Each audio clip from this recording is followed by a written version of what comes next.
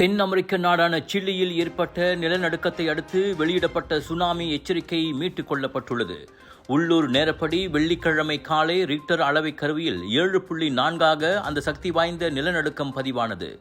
நிலநடுக்கத்தை தொடர்ந்து குறைந்தது 12 தடவை தொடர் நில அதிர்வுகளும் பதிவாகின. இதையடுத்து தொலைதூர தென்பகுதி மற்றும் அண்டார்டிகாவில் 2000க்கும் மேற்பட்ட மக்கள் உயரமான இடங்களுக்கு மாற்றப்பட்டனர். எனினும் அதிர்ஷ்டவசமாக கட்டமைப்பு வசதிகளுக்கோ மக்களின் உயிர்களுக்கோ சேதாரம் ஏற்படவில்லை. இதனால் பிற்பகல் வாக்கில் சுனாமி எச்சரிக்கை மீட்டுக் கொள்ளப்பட்டு வீடுகளிலிருந்து மக்களை வெளியேற்றும் உத்தரவும் ரத்து செய்யப்பட்டது. முன்னதாக வைரலான வீடியோக்களில் சில்லி மக்கள் அதிகாரிகளின் உத்தரவை பின்பற்றி நிதானமாக வெளியேறுவதை காண முடிந்தது.